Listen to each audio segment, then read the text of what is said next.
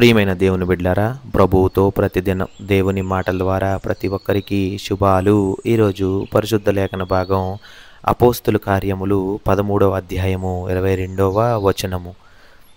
తరువాత అతనిని తొలగించి దావీదును వారికి రాజుగా ఏర్పరచెను. మరియు ఆయన, నేను యెషయా కుమారుడైన దావీదును కనుగొన్నాను. అతడు నా ఇష్టానుసారుడైన మనుష్యుడు, అతడు నా ఉద్దేశములన్నీ నెరవేర్చును అని చెప్పి అతనిని గూర్చి సాక్ష్యం ఇచ్చెను. ప్రియమైన దేవుని బిడ్డలారా, దేవుడే ఇష్టమైన కుమారుడు గురించి సాక్ష్యం ఇచ్చాడు. అంటే ఎంత అదృష్టం చేసుకుంటే అతని గురించి సాక్ష్యం ఇస్తాడు దేవుడు. యెషయా కుమారుడైన దావీదును కనుగొన్నాను అని అన్నాడు దేవుడు. ఎందుకు కనుగొన్నాడు? దేనికి ఏర్పరచుకున్నాడు? ఎలాంటి మనుష్యుడు అతను అని అంటే, దావీదు అతనిని తొలగించి దావీదును రాజుగా ఏర్పరిచాడు.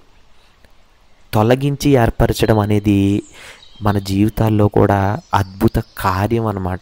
అంటే ఒకళ్ళని తొలగించి మనకి ఆ పొజిషన్ రావడం అంటే నిజంగా అది ఎంతో శ్రమతోటి, ప్రేమతోటి, భక్తితోటి ఉంటే కానీ అటువంటి పొజిషన్ మనకే రాదు. అటువంటిది సౌలు అనే వాళ్ళని తొలగించి దావీదుకి రాజుగా కిరీటాన్ని ఇచ్చాడు.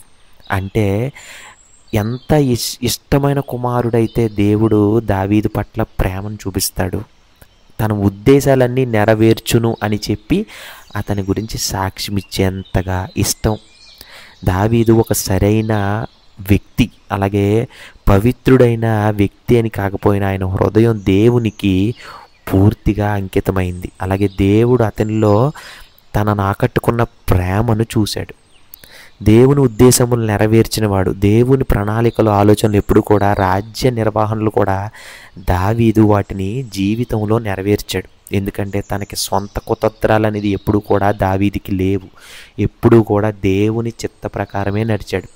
అలాగే దేవుడు సాక్ష్యం ఇచ్చిన మనిషి, అంటే దేవుడు తానే దావీదు గురించి ఈ మాట అన్నాడు. ఎందుకంటే దేవుని నోట ఇతడు నా మనిషి అనే సాక్ష్యం. మనం ఎలా ఉండాలి? ప్రియమైన దేవుని బిడ్డలారా, మన హృదయాన్ని దేవునికి ఎలా అంకితం చేయాలి అంటే, మనం ఏదైనా తప్పులు చేసినా కూడా దేవుని చిత్తం చేయాలనే కోరిక కూడా బలంగా ఉండాలి. అటువంటి తప్పుల్లోంచి మనం దేవుని చిత్తాన్ని తెలుసుకోవాలి. దేవుని చిత్తం ఎప్పుడైతే తెలుసుకుంటామో మనం ఏం చేస్తున్నా కూడా ఆయన ఉద్దేశం ఏమిటో తెలుసుకుని మనం అలా జీవించాలి. అందుకే ఎప్పుడు కూడా దేవుని ప్రణాళికలకే విధేయులుగా ఉండాలి. ఎందుకంటే మనం స్వార్థాన్నే కాదనుకుని దేవుడి యోచనల్ని నమ్మాలి. దేవుడు చెప్పిన మార్గాన్ని నడవాలి. దేవుణ్ణి ప్రేమించాలి, అలాగే కీర్తించాలి. అలాగే మనం కూడా ఆయన స్తుతి ప్రార్థనతో కూడా ఆయన దగ్గరగా అనుభవించాలి. దావీదు దేవునిని మిక్కిలిగా ప్రేమించిన వాడు. అతనిని చూసి దేవుడు ఇది నా మనిషి అని సాక్ష్యం ఇచ్చాడు. మనం కూడా అటువంటి దేవుని చిత్తాన్ని తెలుసుకుని ఆయన ఉద్దేశాన్ని గనక మనం నెరవేర్చే జీవితం గడిపితే మన మీద కూడా దేవుడు కూడా ఎంతో సంతోషిస్తాడు. అటువంటి జీవితాన్ని కూడా మనల్లో కూడా ఉన్నత స్థితిలోకి తీసుకెళ్తాడు. అటువంటి ప్రేమను మనం దేవుణ్ణి మన హృదయంలో ఉంచుకోవాలి. ఎందుకంటే సౌలుని తొలగించి దావీదుని రాజుగా నియమించాడంటే మన జీవితంలో కూడా రాజుగా అవ్వాలని మనకే ఉంటుంది. కాబట్టి అది మనం అవ్వాలి అంటే ఎవరి మీద ప్రేమ ఉండాలంటే దేవుని మీద ప్రేమ ఉండాలి. దేవునికి విధేయతగా ఉండాలి. దేవుని చిత్తాన్ని కాపాడాలి. దేవుని హృదయంతో ఆరాధించాలి. దేవుని పవిత్రమైన మాటతోటి నువ్వు మాట్లాడాలి. ప్రియమైన దేవుని బిడ్డలారా, ఈ వాక్యం మన వెన్నిటిలో దేవుడు వినికిడిలో, అలాగే మనకి మన హృదయాలకి కూడా ఆయన మనందరికీ కూడా దీవించి ఆశీర్వదించునుగాక. చిన్న ప్రార్థన చేసుకుందాం. ప్రభువా, నీ చిత్తానికి అనుగుణంగా మార్చుము తండ్రి. మా జీవితం అంతా నీ ఉద్దేశాన్ని నెరవేర్చాలని మాకు ఆశిమువు తండ్రి.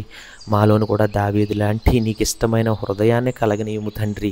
అటువంటి హృదయాన్ని కలగజేసి దావీదుకి ఇచ్చిన ప్రేమ, భక్తిని కూడా మాకు కూడా హృదయాల్లో నింపు తండ్రి.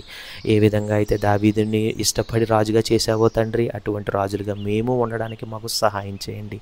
మా హృదయాన్ని కూడా అటువంటి రాజమార్గంలో నడపడానికి మీ చిత్తాన్ని మాకు తెలపండి. అటువంటి విధంగా ప్రతి ఒక్క మాటని కూడా మేము మీ వాక్యంలో మాట్లాడే విధంగా మా జీవితాన్ని నడిపించండి తండ్రి. అటువంటి మాటలన్నిటిలోనూ కూడా మేము పరిశుద్ధంగా జీవించడానికి సహాయం చేసి ఈ కొద్ది మాటల ద్వారా మీరు మహిమ పొందుకున్నారని యేసు నామములో అడిగి వేడుకుంటున్నాం తండ్రి. ఆమెన్.